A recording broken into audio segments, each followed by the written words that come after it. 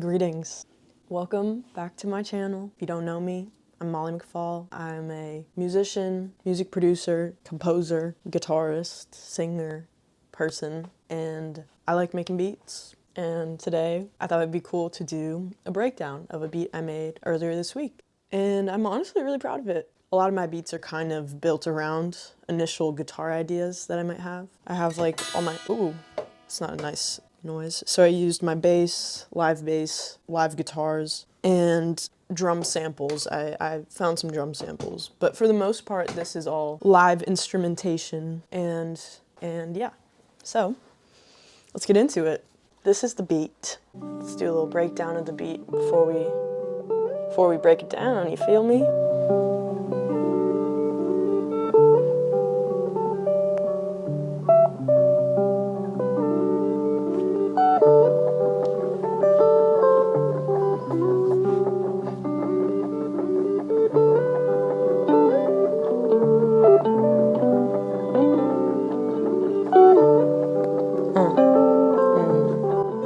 Drums about to hit.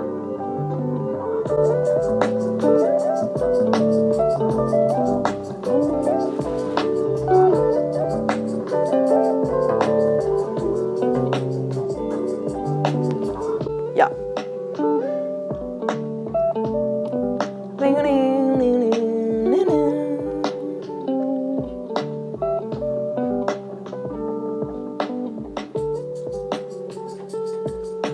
All right. So for this project, I was working in Ableton, and as you can see, it's got, well, this isn't an active track, so we don't need that, but it's got 26 tracks. I don't really have an average amount of tracks I use. For a song, it's kind of just whatever's feeling right. I do find that when I'm recording guitar, it's never like done. Do you know what I mean? The guitar parts can always just keep coming. I can always find a little space pocket for another little guitar piece or whatever, so that's what you'll see. A lot of these little chops and whatnot. Oh wait, we also have drums. I'm actually very proud of this, you guys, because I use a lot of other drummers' samples, but I'm proud of myself because I specifically wanted to build my own original drum loop out of obviously the one-shots that already existed. If you want to hear the drums, like these drums, I was really proud.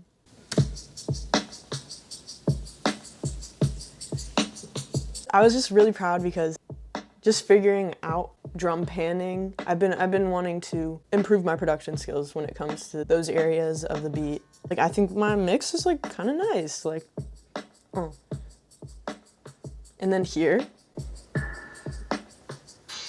was trying to mess around with the rides. So you'll see that, you'll hear that in context to the rest of the beat. So let's start with my first piece of the beat, which was this guitar's track. I'm not the best at naming my tracks. Please don't come for me.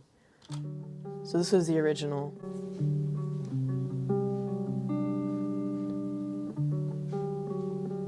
I was just doing it on my guitar. What's going on this guitar part is, did I even EQ it? Oh, I did, okay. So I put some EQ just on here because that is good. You don't want too much low end in your guitar recordings because it's very muddy.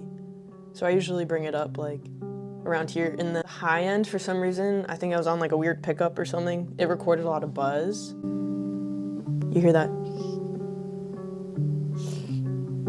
It's bothering me, so I just cut out some of the high end of it because, yeah. And then we got a little sketch cassette. Those of y'all familiar with sketch cassette, this is some good sauce, Yeah, this is one of my favorite plugins ever. And then we got some verb, of course. A little reverb on that. And yeah, so that's the main guitar. And then, so on this intro, I think all of these guitars kind of slowly come in, so.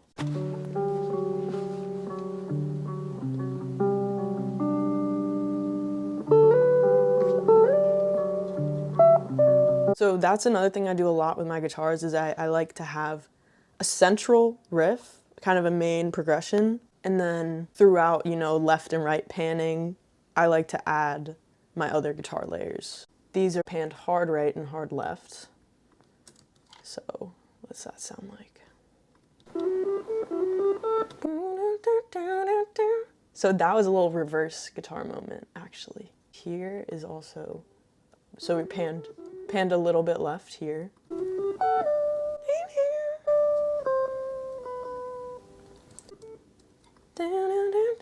So what are these? I know these are kind of a...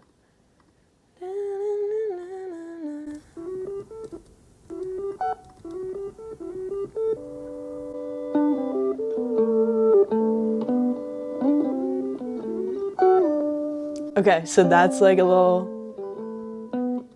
So this is more reverse guitars into that nice little...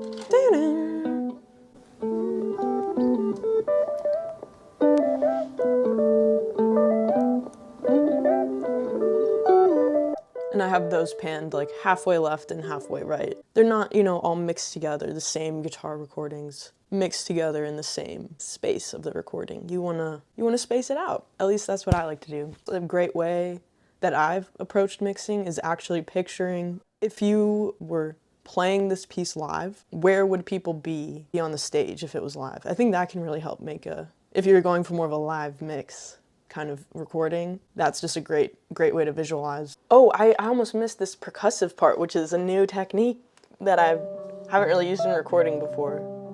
But you hear this little percussive. I just recorded that muting the strings on the guitar. You can hear it. Just a little layer. Yeah, and then let's get into these drums a little bit. Let me break down my drums, which I'm very proud of. Okay, so what do we do with them though? Okay, so the kick is I think this is from the Count. If y'all hip, I'm hip. So that's a nice little, I put some saturation on there. And of course some sketch cassette. And I think okay, so I layered it. I did 2 kicks because why not? So you can hear it like it's a little bit, I don't know why I did that, but it sounds cool. This is a kick 8-bit. Does that actually sound like an 8-bit? Okay. Yeah, so that adds like a little something, right? Yeah, okay. Thank you guys for agreeing with me. And then this is the snare we did. I don't know, I think I just found this on Splice or something. It's a nice snare though. And I added some saturation. And I think I just added a little bit of reverb and tape. Yeah, some Valhalla and saturation and a little compression too. But the tape is like, it's very low. Like you see the dry wet, it's very, very low. If I were to turn it up, it wouldn't. And I got this trick from John Makes Beats because he's him. And yeah, I learned something from him pretty much every time I watch a video. And I think he puts some of that delay on his drums pretty often. And then we have a little shakeroo, which I just found on Splice. And we put some more like verb just on that because we want that to be really, really just like airy, kind of like we're just shaking. And then yeah, drums all together.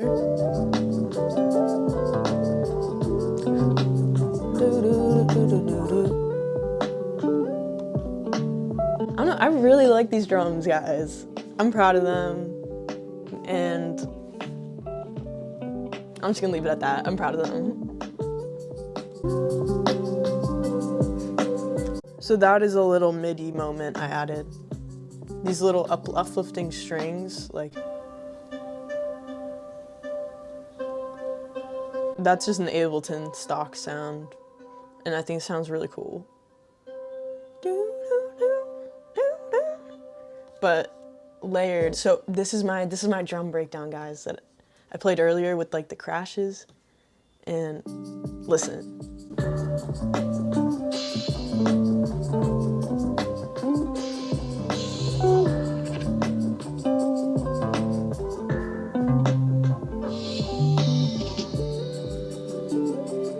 So yeah, that was like a little moment And I really like the bass too.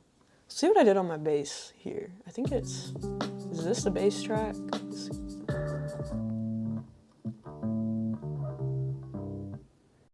Okay, my bass like wasn't the best recording, but pretty simple bass chain. It literally looks like I have compression and saturation.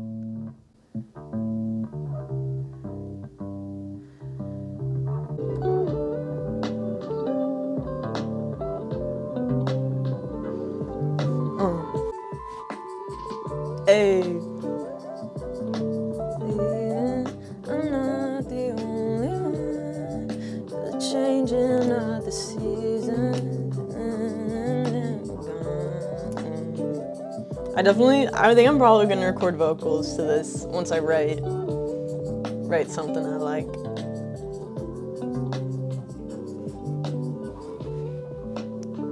Yeah. Let's hear how it ends. See what I did there.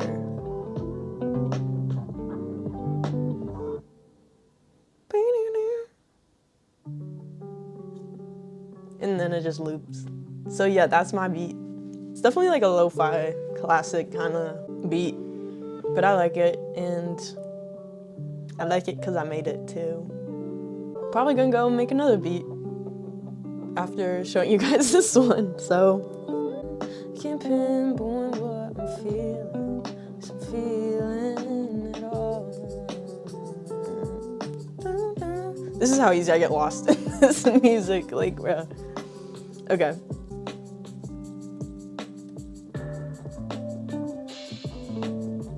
Well, thank you for hanging out with me while I try to explain my beat making process. It's helpful to me to go through and sort of see my process from this post beat making space. So that was this beat. Maybe I'll add some lyrics, maybe I won't. I probably will, because it's feeling right to do that. So yeah, I guess let me know if you'd want to see more of these beat breakdowns in the future, because I wanna make videos that you guys actually, you know, mess with and would want to see. So yeah, I got a new song coming out this Friday, October 25th. It's called Hide and Seek. It's with my band Catskill Mountain Rescue Club, and it's a banger. We're really finding like our sound, I think, as a band, and yeah, I think this is like a Catskill Mountain CMRC. It's a classic. It'll be out Friday. Time to go make another beat. I will talk to y'all soon, and happy spooky season. Ooh. Comment what you're gonna be for Halloween if you want. I don't know what I'm gonna be yet. Maybe I'll use y'all's comments for inspo. Hope you guys like the beat breakdown. Talk soon. Malo out. Much love. Peace, y'all.